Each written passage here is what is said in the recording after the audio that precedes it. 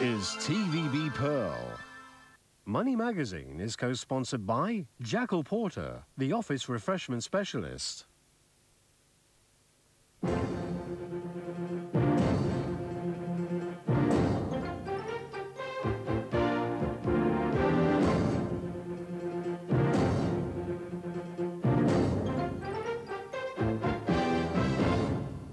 Good evening. Welcome to Money Mag. I'm Douglas George. Successful.com stories used to make the news all the time. Nowadays, reports of failures and downsizing are making the headlines. The euphoria over .coms is subsiding, and investors are looking at bottom lines more closely. Money Mag went back to some of the startups it featured in past programs to find out how they're doing now. Just as when its listing made the headlines, Tom.com's announcement to lay off 80 people hit the front page 2 weeks ago. It came close on the heels of others like Next Media, Apple, and SCMP.com, all of whom laid off a significant number of employees in the last 1 month. Success stories used to fill the pages of the newspapers.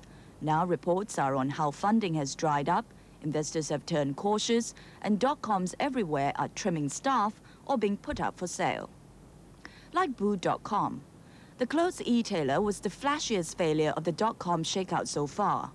It spent $135 million in a year before it was picked up by fashionmall.com at the liquidator's sale. Gone are the days when investors signed over a blank check to any company with a suffix of a com, e, or I. We start to be a little bit more cognizant about how the company grows to a stage where they become break-even or profitable, or even become cash flow positive from them. And the fundamentals are scrutinized a lot more carefully than it was before. One thing Chia is glad about the recent shakeout. Valuations have come down to a realistic and affordable level. People will not buy when a third-tier, fourth-tier property developer wants to become a .com company and tries to sell off every single one of their buildings as intelligent buildings, but all they have is basically fiber optic to the basement. Following the painful death of its own venture last year, Nicholas Hall started StartupFailure.com. The site is dedicated to consoling and counseling entrepreneurs whose businesses have gone out of business. You know, when you do close down your startup, you know, you do have vendors probably that you owe money, credit cards, you know, and those people are going to continue to call. Hall says his goal is to give entrepreneurs the confidence to go out and try again. Will people believe in me again? You know, I've got a million ideas, but are they going to think, what are they going to think of my next idea? Because this one didn't work out. Forrester Research reports that more than half of today's web retailers will fail by next year. Common factors include high startup costs, low profits, and heavy competition. When ActionAce last appeared on a Money Mag show a year ago, it boasted 2 offices in Hong Kong and in the US, and had just received a second round of funding. At that time, the online retailer of action figures and toys said the money was being plowed into advertising and promotions.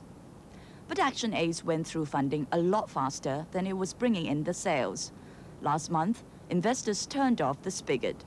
One of them was Asia Tech Ventures. One of the issues about ActionAce is probably the fact that the marketing expenses was way above what should be needed without having the ability to sustain the business for the long-term future. I think that's what it is.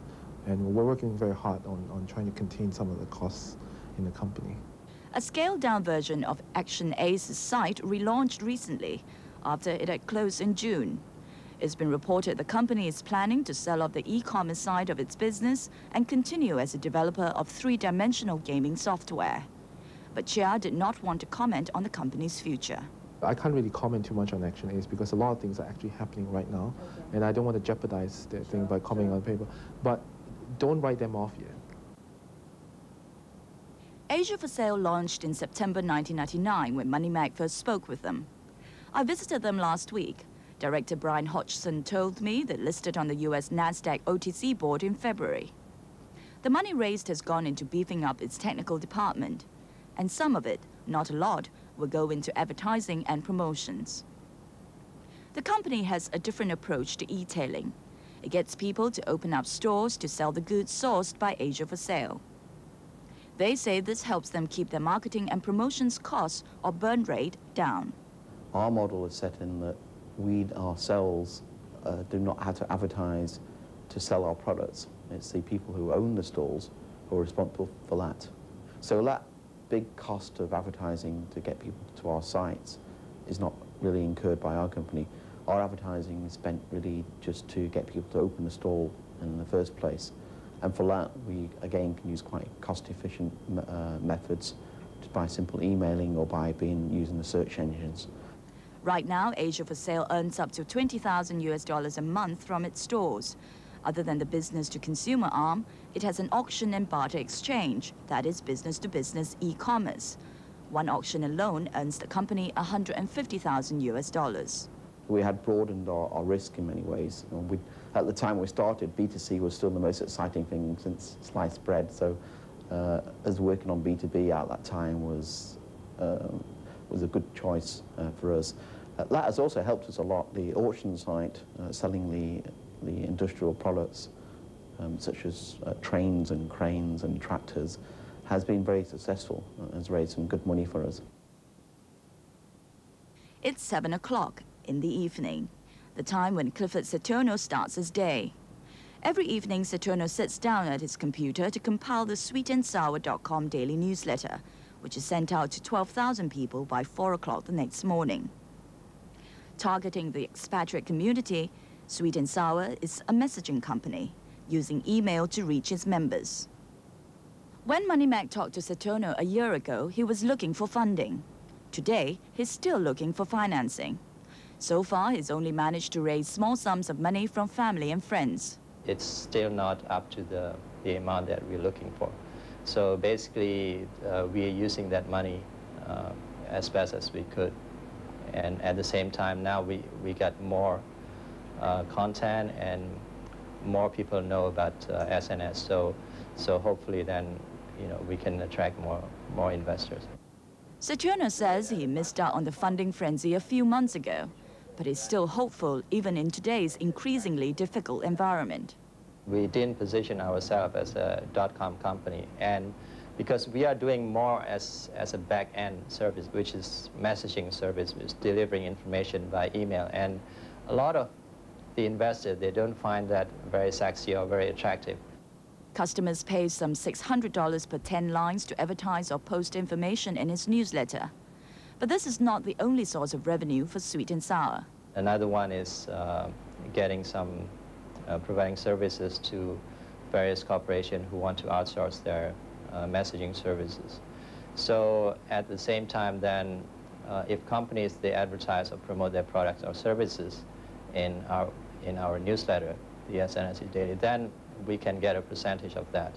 Although his is an advertising revenue model, not popular with most investors now, Saturno is still optimistic the business will appeal. We do the marketing ourselves by pushing the information right to the members. So in terms of exposure, it's guaranteed. I mean, we send our SNS Daily first thing in the morning and to 12,000 members. So that is basically our way of promoting our product. And in terms of the cost itself, it's negligible because that's part of the delivery that we do. Saturno needs $4.2 million to expand into 20 major cities around the world. But right now, it's still very much a one-man operation run out of his home. We can survive for another 6 months. Majority of the advertisement-driven models have been severely shunned, I think, by most of the investors. I think basically because of the fact that people are saying that, oh, wow, there's so many people fighting for a very small piece of the pie, which is not really growing, has made it very difficult for them to raise money. Char's venture capital company invests mainly in internet backbone-related projects. He doesn't completely write off business-to-consumer.coms or even content portals which rely on advertising. But the trick is how to turn stickiness, that's the amount of time people spend at a particular site, into income, without having to spend your company into bankruptcy. Those that are really profitable are those that are able to turn the stickiness into e-commerce opportunities. For example, one of the favorite ones I use is babycenter.com, which has everything you ever want to know about having babies, right? From the maternity period, breastfeeding, Lamar's methods, where to buy the best baby books, how to educate your baby, how to teach them to walk, and all this stuff like that. All this content is there. Now, on top of that, what they do is they sell baby products to you. So it's very convenient for you. When we were having our first baby, I went there for like 3-4 hours every day trying to research all the stuff that I always knew. And you spent money on that site as well. Exactly. A lot of doubt now surrounds the world of online retailing. Even Amazon.com, whose business model had been followed faithfully until recently, has now come under close scrutiny. As a VC, Hansen Chia believes that in about 5 to 7 years' time, we'll all be buying 70% of our daily stuff over the net. But which e-tailers are still going to be around? The ones that will actually be able to survive is the ones that can turn profit very quickly. And the ability to turn profit is to have something substantial that nobody else has to enable the user to come in and continue to buy from you and continue to pay the kind of prices that you're commanding to do that stuff. Now, what is that secret? And that is the $64 million question. We'll be right back. Kenny Tang says as the market has already discounted positive bank results, the index will range trading between 17,000 and 18,000. Investors are still awaiting the U.S. retail sales figures later this week for a clearer picture. In this week's forecast, Herbert Lau thinks the Hang Seng may rise to the 18,000 level as interest rate fears has eased, but the market will need a more robust turnover in order to stay above that level. And Simon Tim says this will be a quiet week as investors sit on the sidelines with their cash ahead of the U.S. Fed meeting on August 22nd.